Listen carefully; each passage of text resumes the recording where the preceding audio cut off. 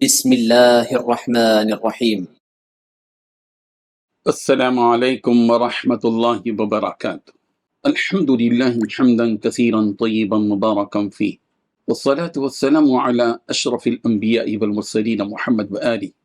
وصحبہ اجمعین، اما بعد۔ حاضرین و ناظرین، یہ درس نمبر 2086 ہے اور آج سورۃ الحدید کی صرف ایک آیت کی تلاوت و تشریح کی جائے گی، آیت نمبر 16۔ چلیے سب سے پہلے ہم اس ایک آیت کی تلاوت کرتے ہیں، لفظی ترجمہ اور ترجمے کے بعد تشریح کرتے ہیں۔ اعوذ باللہ من الشیطان الرجیم، بسم اللہ الرحمن الرحیم۔ ألم يأن للذين آمنوا أن تخشع قلوبهم لذكر الله وما نزل من الحق ولا يكونوا كالذين أوتوا الكتاب من قبل فطال عليهم الأمد فقست قلوبهم وكثير منهم فاسقون۔ صدق اللہ العظیم۔ لفظی ترجمہ یوں ہے، الم یعنی کیا وقت نہیں آیا، للذین ان لوگوں کے لیے جو آمنو ایمان لائے، ان تخشع کے جھک جائیں، قلوبہم ان کے دل، لذکر اللہ ذکر الہی کے لیے، وما اور جو نزل نازل ہوا، من الحق حق سے، ولا یکونوا اور نہ ہوں وہ، کالذین مانند ان لوگوں کے جو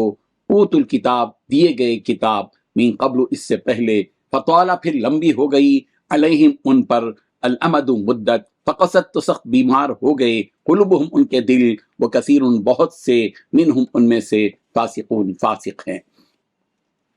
ترجمہ یوں ہے، جو لوگ ایمان لے آئے ہیں، کیا ان کے لیے اب بھی وقت نہیں آیا کہ ان کے دل اللہ کے ذکر کے لیے اور جو حق اترا ہے اس کے لیے پسیج جائیں،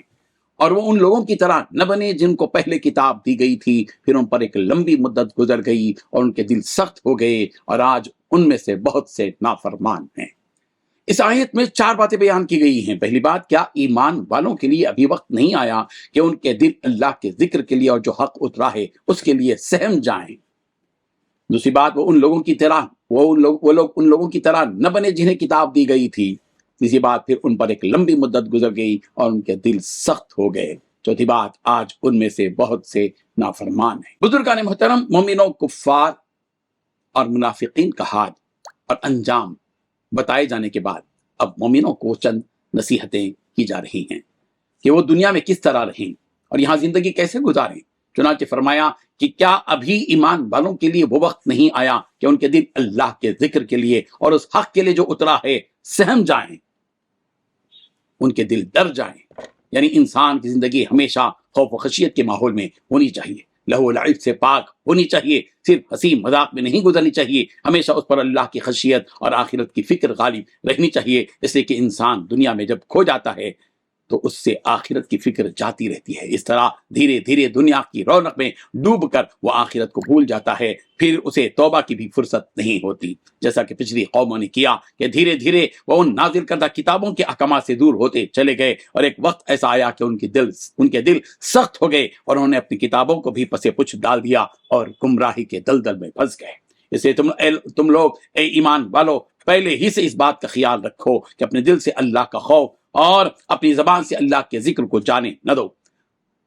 حضرت ابو ہریرہ رضی اللہ عنہ سے مروی ہے کہ رسول اللہ صلی اللہ علیہ وسلم نے ارشاد فرمایا، جب بندہ کوئی گناہ کرتا ہے تو اس کے دل پر ایک سیاہ دھبا پڑ جاتا ہے، اور اگر وہ توبہ کرتا ہے اور اس گناہ سے استغفار کرتا ہے تو پھر اس کا دل صاف ہو جاتا ہے، ورنہ جیسے جیسے گناہ بڑھتا جاتا ہے ویسے ویسے وہ سیاہ دھبا بھی بڑھتا چلا جاتا ہے، حتیٰ کہ ایک وقت ایسا آتا ہے کہ اس کا دل پوری طرح سیاہ ہو جاتا ہے۔ اور یہ وہی زنگ ہے جس کے بارے میں اللہ تبارک و تعالی نے فرمایا، کلا بل ران علی قلوبہم ما كانوا یکسبون۔ اس صورت میں فرمایا گیا کہ ایسا ہرگز نہیں ہے، بلکہ ان کے دلوں پر زنگ پڑا ہوا ہے ان کے اعمال کے سبب جو وہ کیا کرتے تھے۔